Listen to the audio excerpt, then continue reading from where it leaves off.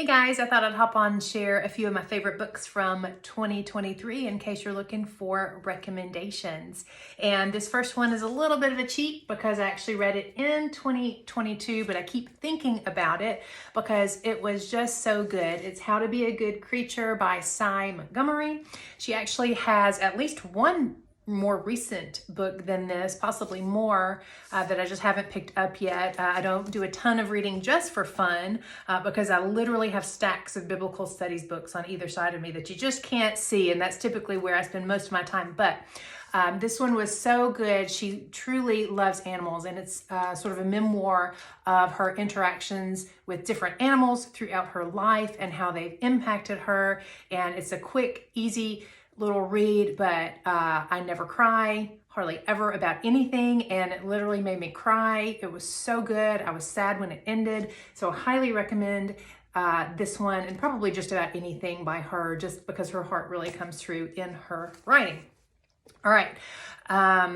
Next one is Jordan Peterson. This has been around for quite some time, 12 Rules for Life. I just got around to reading it. It is quite dense, but it's not super academic, if that makes sense. Anybody could pick it up and understand it, but it does take a lot of deep thinking, and he writes very intelligently. And so what I did was I read just a little bit at a time. Honestly, I think I read this book over the course of about 5 months because I would read it during my cool downs on my bike, my stationary bike, not my actual bike, my road bike, but I would just read maybe 10 minutes of it and then just process it and meditate on it. And sometimes you think, where is he going? He's just meandering, but he always draws it back together so profoundly. And just to give you a few of the chapters, in case you're not familiar with the book, treat yourself like someone you're responsible for helping.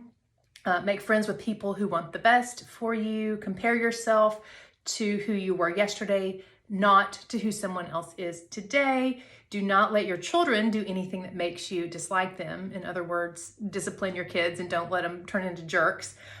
Pursue what is meaningful, not what is expedient. Assume the person you're listening to might know something you don't. We could all use a little more of that. And then don't bother children when they're skateboarding. In other words, let your kids learn to take risks. So super, super profound, and lots of life truths to think about there that I found very beneficial. All right, my next one, we're heading more toward the academic realm. Abraham's Silence, J. Richard Middleton. If you are in the field of biblical studies, you know him well, and you are well familiar with this book.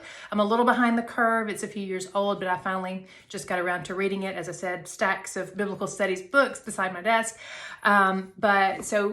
This really made a big impact in the biblical studies world. Because of his thesis, which is that the binding of Isaac, what we call the Akedah, that perhaps Abraham's unquestioning silence wasn't actually what God wanted from him. And he draws a parallel with the Job account, which there's, I was totally unaware of this, but apparently in the history of biblical studies, there's been early Jewish documents, early Christian documents. There's a lot of comparison between these two accounts, the Job account and the binding of Isaac. And so again, his thesis is that perhaps God wanted him to dialogue and argue, and you're not the kind of God who would ask someone to sacrifice their son. You know, why would you ask this of me? But that of course God was faithful nonetheless. And really, really interesting book, and very well articulated. It's not super, super academic. So even if you're not, you don't need any Hebrew, no Greek, anything like that to be able to read it and understanding. Actually, I think my mom's reading it right now and really enjoying it. So Abraham's Silence, J. Richard Middleton. All right, this next one for all my Revelation folks, Kingdom Come and The Millennial Alternative, Sam Storms. He's a well-established scholar, at one point president of ETS, the Evangelical Theological Society. And he is well-versed in Revelation. If you go to his website, he has tons and tons of articles. He's pastoring right now. But if you want to learn more about Revelation, he's just a ton of stuff on his website. I think it's just samstorms.com.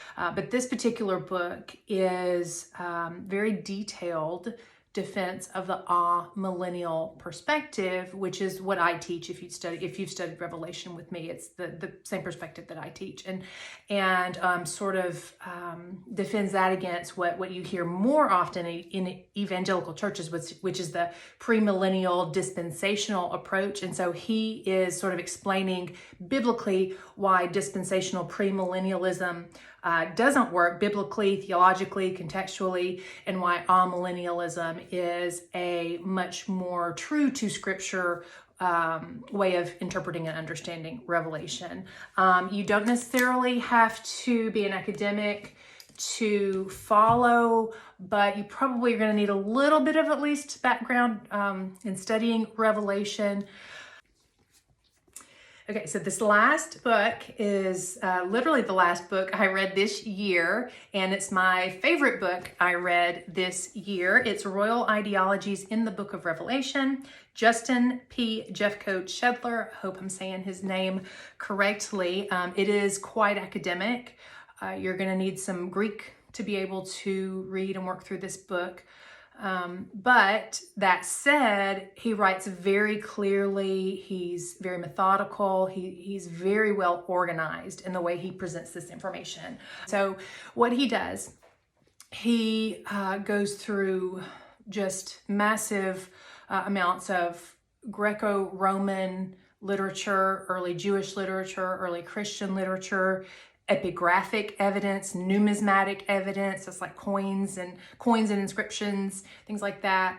And he sort of gives you the anthropological, social, cultural background in regard to royal ideology. So like the idea that a king is divinely appointed, the idea that a king accomplishes victories because he has divine favor, and that those victories confirm that he has been enthroned by the God or gods. And he synthesizes all this information expertly to sort of give us the royal ideologies of that time that lie behind the book of Revelation. And if you've studied Revelation much at all, you know that John is very subversive in presenting how Jesus is the only rightful king. He's the only rightful Lord that's worthy of worship, and those kind of things. And so Shedler, again, I hope I'm saying his name right, he's taking different aspects of kingship in that socio-cultural, political climate and showing us how he's sort of situating the Revelation text within that, and showing us more specifically how Revelation is subversive to those Roman ideologies. And his primary thesis is that this should form the very basis of our interpretation of Revelation. And I found it convincing. If you're a Revelation scholar, you're absolutely going to need to read this book and interact with it as you write and teach. And so highly recommend it. Again, you're going to need a little bit of Greek and some biblical studies backgrounds for this one to be appealing to you. But if you are in the field, then you need to read it. You need to grab a copy or at least check it out from the library because it's a little pricey. So anyway, those are my favorite books from this year. I would love to hear your recommendations as well. Share them with me. You can always shoot me an email, and I'd love to hear them.